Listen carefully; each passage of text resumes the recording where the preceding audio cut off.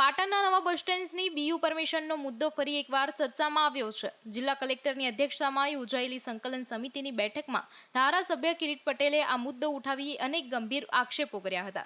કિરીટ પટેલના જણાવ્યા અનુસાર બિલ્ડર દ્વારા બીયુ પરમિશન માટે અરજી કરવામાં આવે તે જ દિવસે ચીફ ઓફિસરે સ્થળ મુલાકાત કરીને 800થી વધુ દુકાનોને પરમિશન આપી દીધી હતી. તેમણે કહ્યું કે દુકાનનો નકશો અને નિયમ મુજબ બની હોવાનું નિરીક્ષણ કર્યા બાદ જ પરમિશન આપવામાં આવી હતી. ધારાસભ્યોએ વધુમાં જણાવ્યું છે કે બીયુ પરમિશન મુદ્દે શાસક પક્ષના સભ્યો દ્વારા રજૂઆતો કરવામાં આવ્યા બાદ 1 મહિના પછી ચીફ ઓફિસરે બીજા, ત્રીજા, ચોથા અને પાંચમા માળની પરમિશન રદ કરી હતી.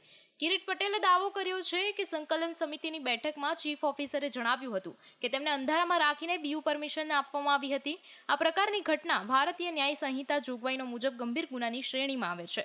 મામલાની ગંભીરતા જોતા જિલ્લા કલેક્ટર પોલીસ ફરિયાદ કરવાની સૂચના આપી હોવાનું પણ કિરીટ પટેલે જણાવ્યું. સાથે જ તેમણે આક્ષેપ કર્યો કે બીયુ પરમિશન આપવા બાબતે ચીફ ઓફિસરને ગાંધીનગરમાં મોટા હવાલા કરવામાં આવ્યા હતા. ધારાસભ્યએ ચેતવણી આપી કે જો આ મામલે ચીફ ઓફિસર વિરુદ્ધ પોલીસ ફરિયાદ નહીં થાય તો આગામી સમયમાં તેઓ નામદાર હાઈકોર્ટનો દરવાજો ખખડાવશે.